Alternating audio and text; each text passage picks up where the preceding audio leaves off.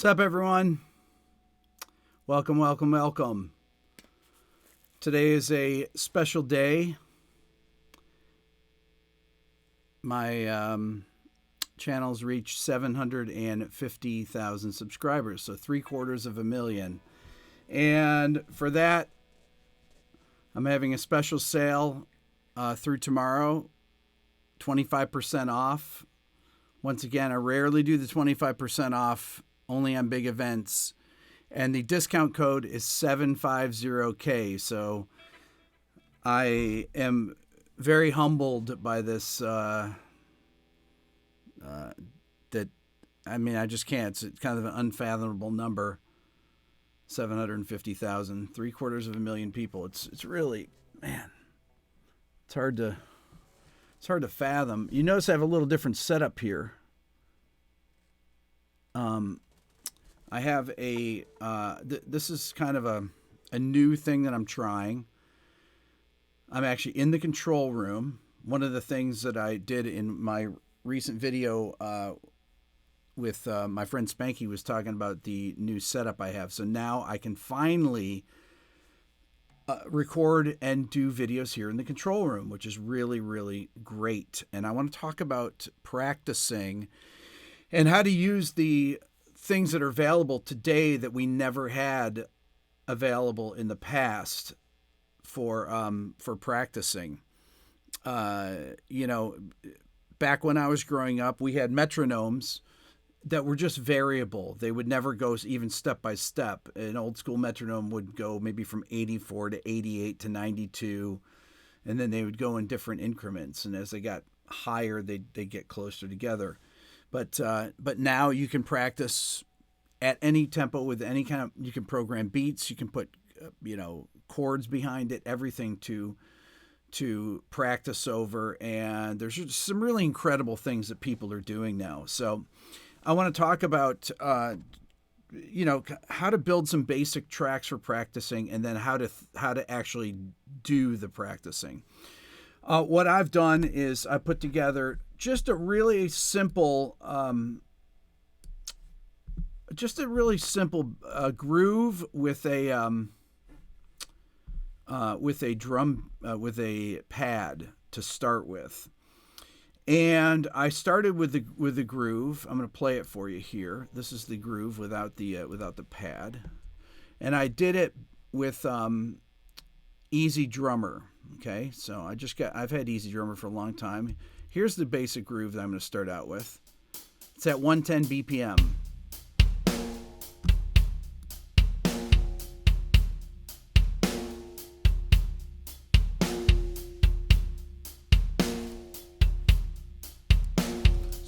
So that's the groove there. Now, what I decided to do is I took this really great program called Omnisphere. I'm going to switch the screen here. I haven't done this before, so just this is a display capture here, so you can see. Let's see if this actually works. So I'm not sure if I can do this. Maybe that's not working right here. Oh, because you're seeing what I'm seeing here. Do I have to do that? Does that work? Oh, I can't see. Well, I'll have to figure that out later. So this is my track. The chord progression I'm going to play over is E minor 7 to A7, sharp 5 to D major 7 to B7. Okay. And here's what it sounds like with the backing track in there, or with the chord progression in there. Listen.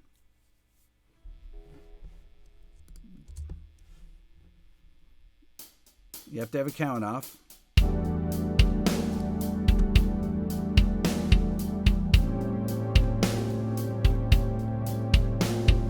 D major 7.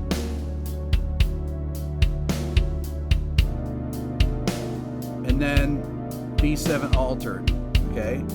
Then it loops back around.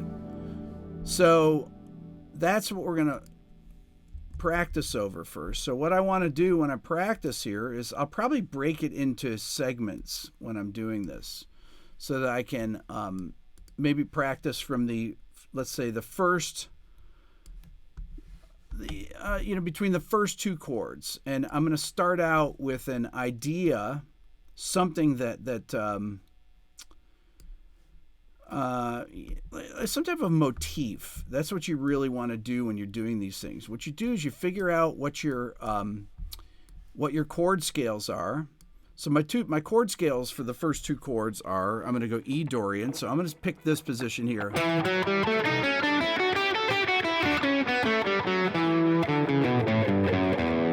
That's E Dorian, which goes over there.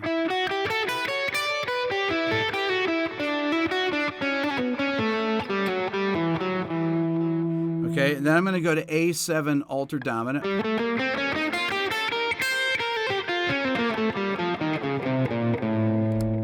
And then I am going to go to D, either Ionian or D Lydian. And then I'm going to go to B alter dominant. And I'm going to try and connect those ideas there, okay? But the first thing I'm going to do is figure out how to come up with a motif that I'm going to start with. So I really want to think of something that I'm going to play first. So in this position here, I'm going to say I'm going to probably start out with an idea like that and see if I can continue that idea throughout the set of chord changes. Let's try it out here. I'm going to lead in. So I'm going to let me not talk when the click's going. Here we go. As a matter of fact, I'm going to put the click on as well so I can hear that, so you guys can hear where it is, even though it's a pretty obvious beat here. So here we go. 1, 2, 3.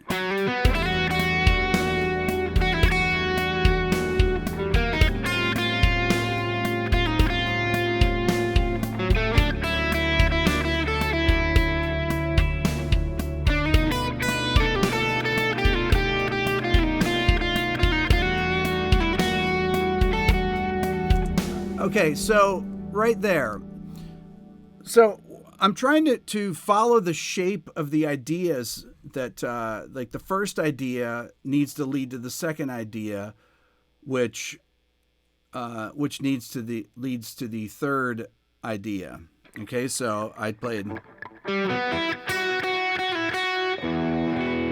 Then.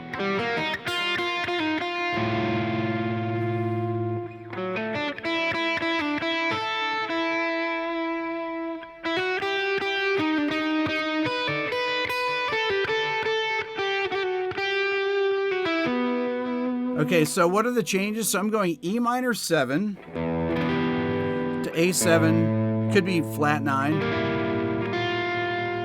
and then D major 7, going to B7 alter. It's just a 2, 5, 1, 6 progression. It's probably one of the most basic chord progressions. And the thing is, I'm starting with a slow tempo because this is really a great way to practice playing melodically. Because really the idea is to take motifs and try to develop them. Okay, because that's what the whole idea of improvising is. So here we go. Let me try it again. Do the count off again. Here we go.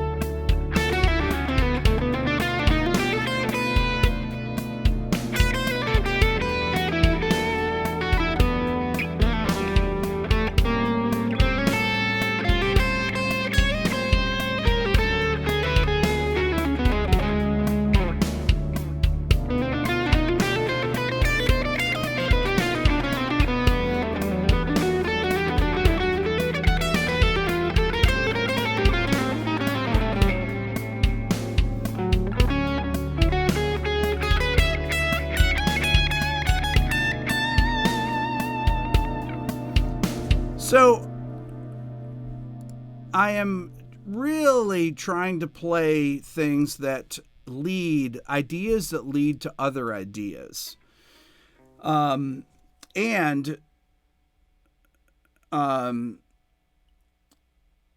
building the solo. I'm trying to play phrases that actually have beginnings and ends, and also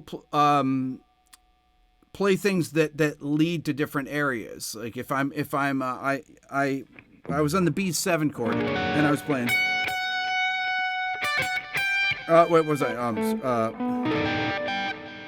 What was I playing on?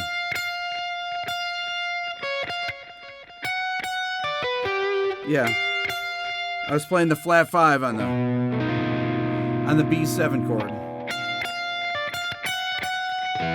And then I went to that 9th on the E minor chord.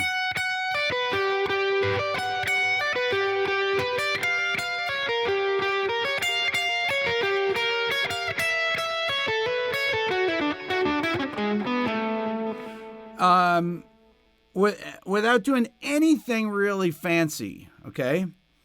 Let me try it again here. Now I'm going to try and use a lower register of the guitar. So the other thing to do is to try different registers when you're playing, okay? So here I'm going to start down low here.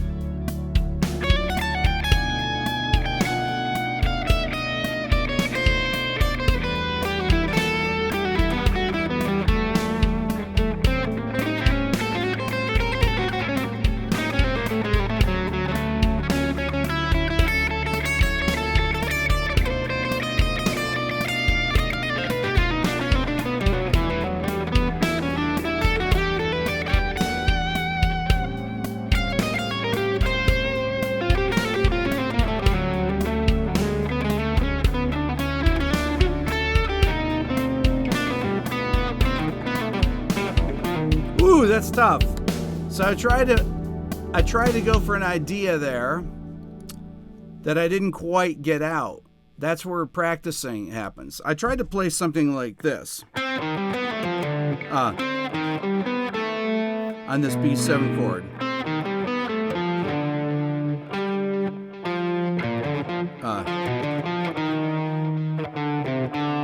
That's what I wanted to play.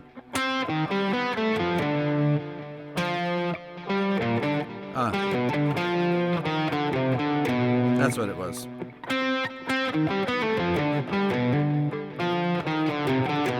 Ooh, that's good. So I'm in this altered dominant. So then I'm going to the 5th of that E minor 7 chord. Okay, so so I started that in the lower position here. So on the E minor chord, I'm thinking.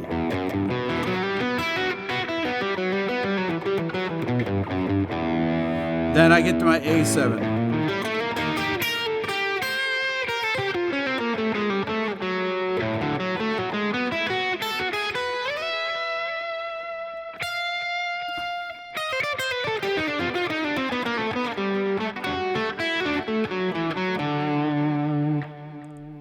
Next, what the thing I would practice would be to try and play some intervals then in the next courses that I do. So when when I say intervals, I'm thinking of larger jumps, okay? So let me try this again here. So I'm gonna think about that if I can.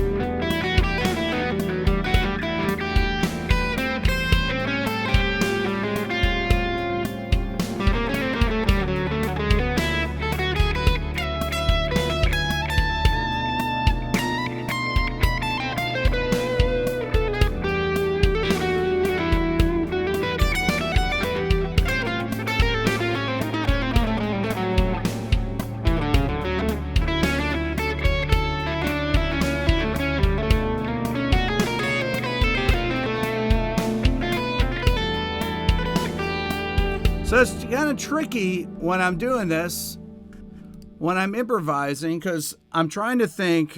Then I'm thinking, okay, on A7, where can I find those same kind of intervals?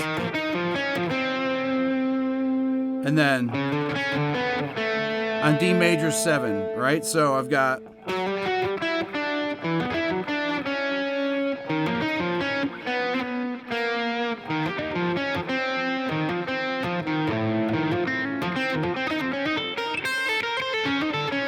Sometimes you want to just isolate one chord. And one of the cool things about Pro Tools is that I can actually just loop a chord. Okay, so I'll take one chord change. I'll take one bar. And this will just be the, I'm going to take just that A7 chord there. And I'm going to loop it here. Give me 1 second. This is the whole beauty of practicing with Pro Tools. The fact that all these things, or Pro Tools or Logic, whatever your DAW is, the fact that anything here is... that you can just, do at any time and just practice it over and over is really pretty. I mean, it's just amazing to me. So here's just the A7 chord, right? So let me just loop that. See if this works here.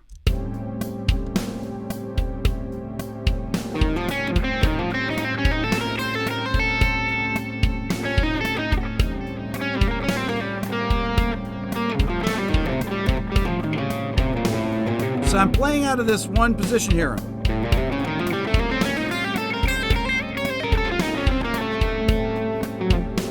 Or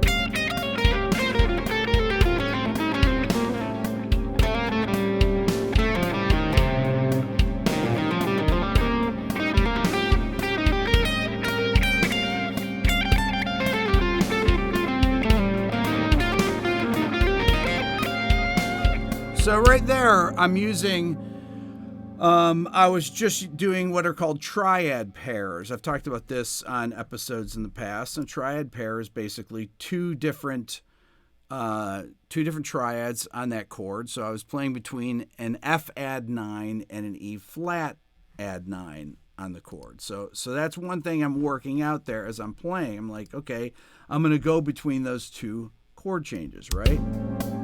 Here's E add 9. And add F add 9.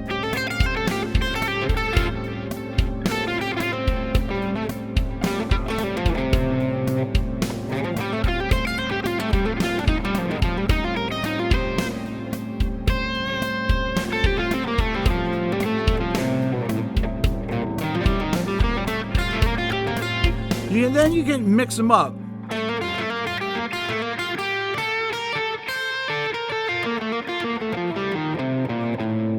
Lines like that to me are really interesting.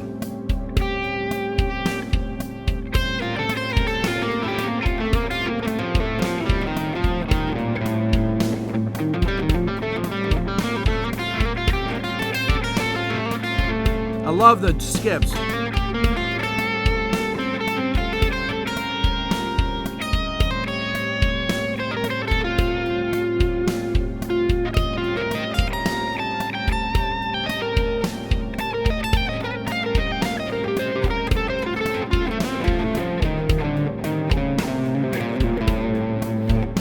So when you're getting, getting up in these areas here, you get it becomes really tricky to kind of pull these things off. Now, another thing to do is you can do completely different grooves. So I have another little Latin groove that I programmed at a different tempo, and on this one, I put a bass part on. Let's go to that here. And I can't even remember what I played here. I think I played, I'm doing a 2-5-1 just in G major. So I'm going F, G minor 7 to C7 to F major 7, okay? And this is going to be the groove here. By the way, once again, the discount code, 25% off anything in my store is... Oh, Aaron just put it up there. $750K. Still can't believe it. So here's this. Here's the Latin groove that I just programmed right before we came on here. Listen.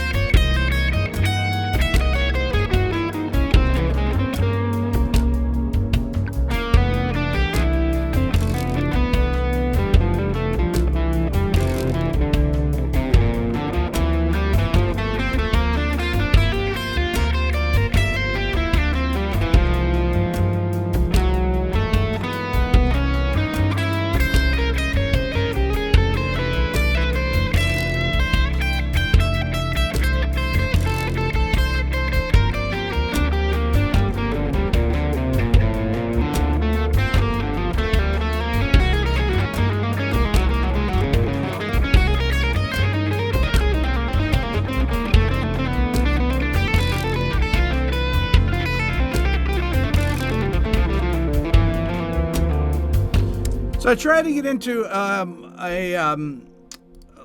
almost like a polyrhythmic feel there in that one spot where it's trying to do, I call it like a free flow over the changes. But once again, I am still trying to develop ideas. Go for it. Try to not play stuff that I've played before. Try to get into areas of the instrument, no matter what instrument it is.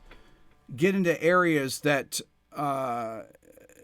where you're really striving to play something that you haven't played before. I think that's, to me, those are the things that I'm looking at for practicing, right? Once again, the chord scales I'm using. So instead of playing on the C chord, instead of playing Mixolydian, I changed it to altered, or I could actually play the dominant diminished scale on it, which would be the which would be the half-whole diminished scale. So I'm going to play that this time. Every time the 5 chord comes up, I'm going to play that dominant diminished scale. So let's see if you can hear the difference in sound from the altered dominant to the dominant diminished. So here we go again.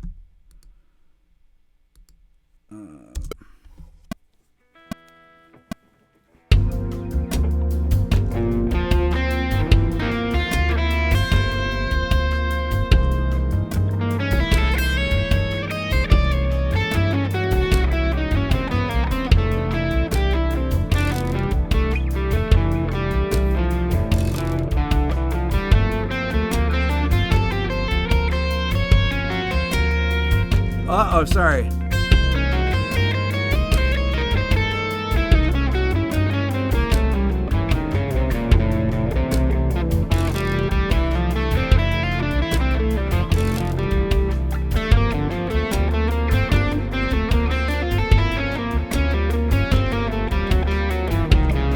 This is it.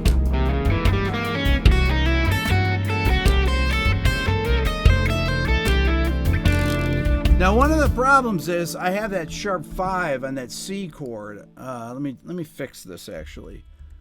Let me play my C chord here. Or sharp 9. Let me put my flat 9 in there.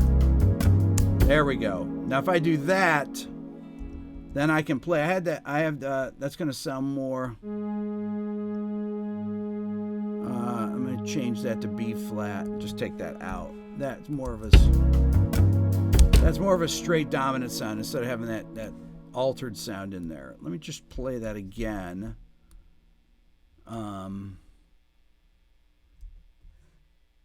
Here we go. This should work now. You're going to hear that diminished sound a little bit better this time when I do it without hearing that sharp 5 in there. Okay, here we go. See if this works.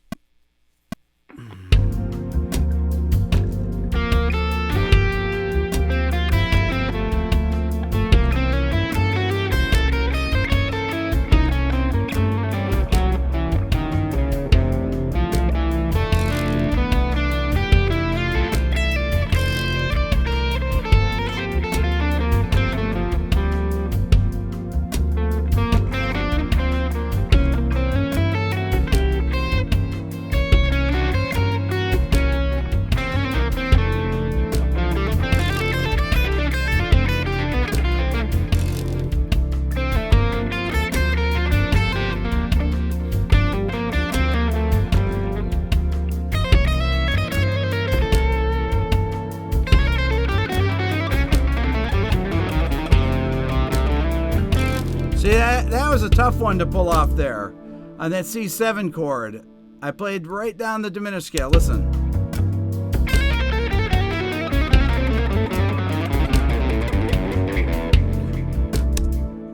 Didn't quite get there. Let me try it again. Hold on. Let me give it a little lead into it. See if I can get that.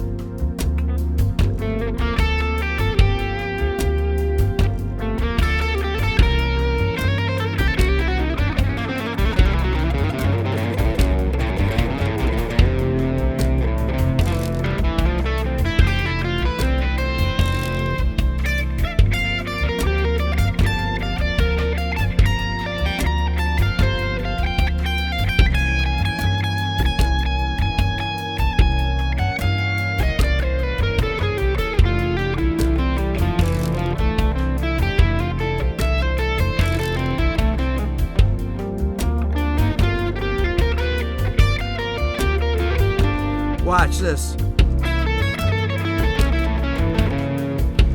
That's like a 13 flat 9 sound. So I'm playing an A major sound over C, over the C7 chord, which gives me this kind of a sound. It's very, very tricky to play that arpeggio like that. Check it out again. I'll do it again. I think it's a cool sound.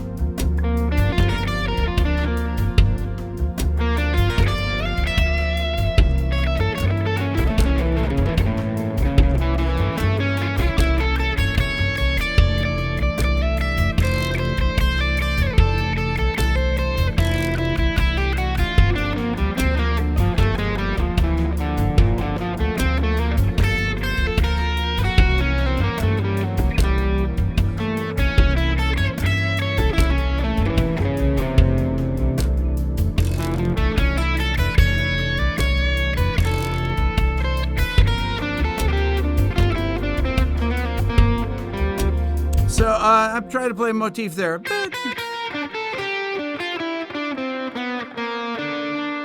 So right there, that's a leading line that you would play. That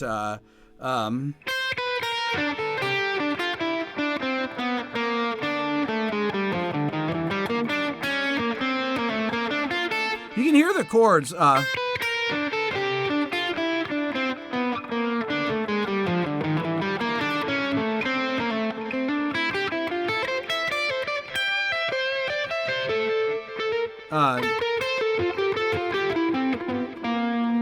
So right there, that B flat there, I'm leaving that.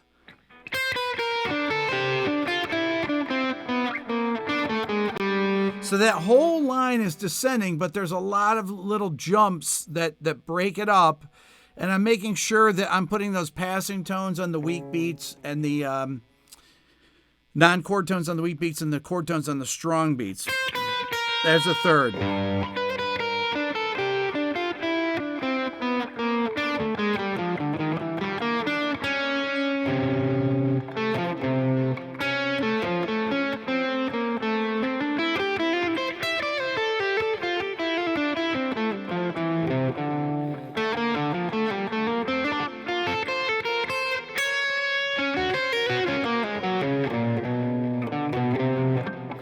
You can hear those things. That's the thing. I'm always trying to get those sounds right there to jump out.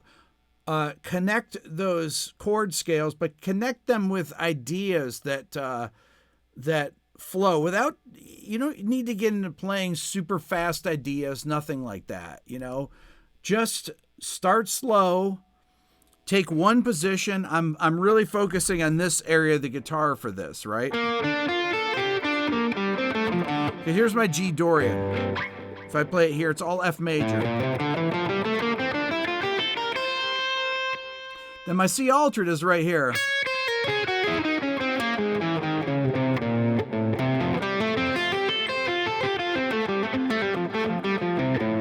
So I'm playing F major there.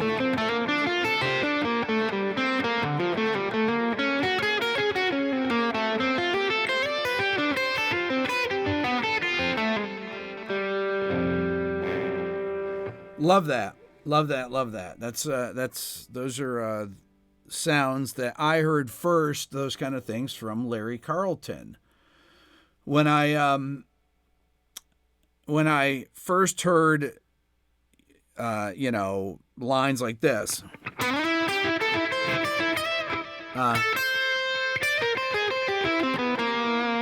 In Kid Charlemagne, I was like, what is it? I said, okay, I know that. That's this. That's a minor pentatonic, but this. On that chord. I said, I like the sound of that. I want to know more about what that is. What is that scale he's coming from? What is it? Is that jazz?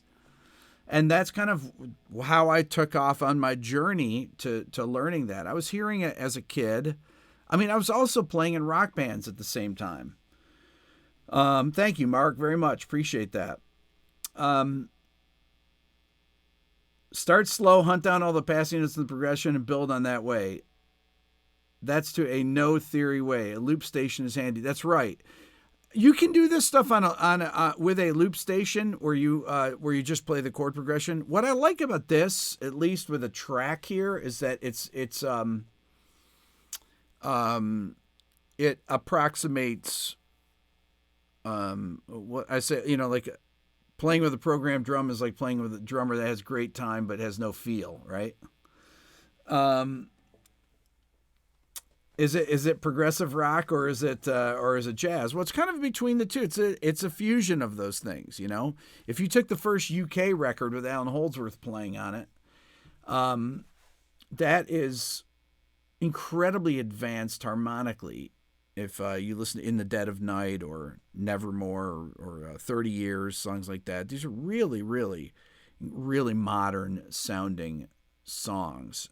A lot of it's because of Holdsworth. Bill Bruford's in the band too, but it's really kind of the pinnacle of prog, I think. some of the best prog playing of the 70s is on the first UK record. So, and it borrows so much from jazz. It's,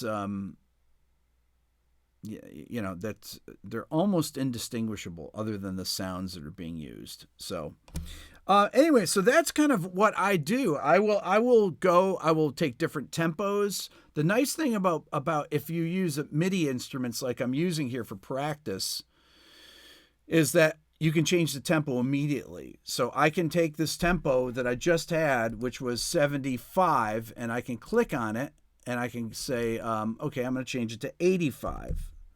And this is how the feel changes. Check it out. And everything's going to move at the same tempo.